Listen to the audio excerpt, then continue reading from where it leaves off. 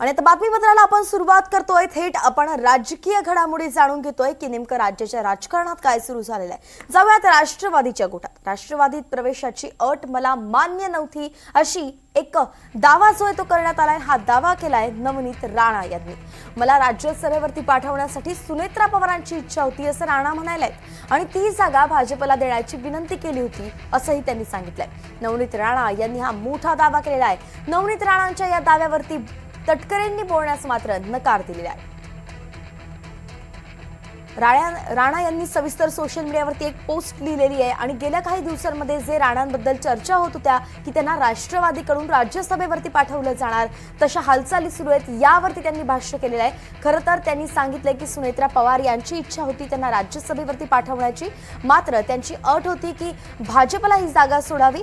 राष्ट्रवादीकडून जाण्यासाठी त्या कधीच तयार नव्हत्या असं राणांनी सांगितलंय।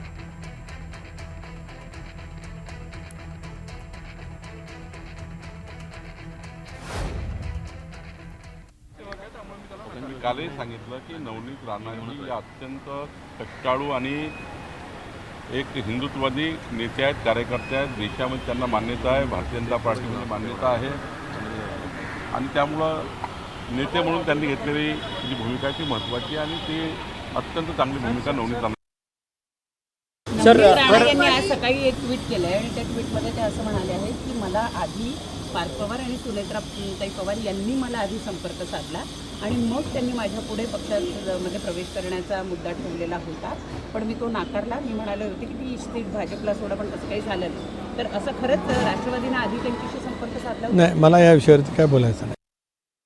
तर नवनीत राणांनी राष्ट्रवादी काँग्रेसच्या चिन्हावरती निवडणूक लढवावी अशी इच्छा पार्थ पवार आणि सुनेत्रा पवारांची होती असा मोठा दावा रवी राणांनी सुद्धा केलेला आहे। मात्र एखाद्या पदासाठी इकडे तिकडे उड्या मारण्यापेक्षा विचारांशी प्रामाणिक राहून काम करणं हा नवनीत राणांचा संकल्प आहे आणि त्याचमुळे त्या शेवटपर्यंत भारतीय जनता पक्षासोबत राहून जनसेवा करतील असं रवी राणा म्हणाले।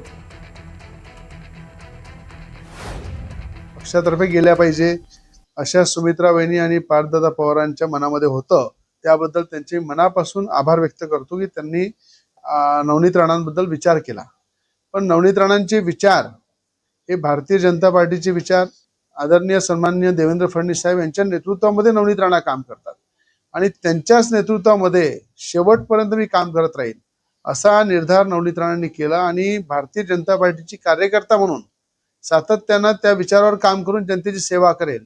पदासाठी इकडल्या तिकडे उड्या मारल्यापेक्षा निष्ठेने आणि आपल्या विचाराला धरून काम केलं पाहिजे। हा उद्देश, हा संकल्प नेहमी नवनीत राणांचा राहिलेला आहे।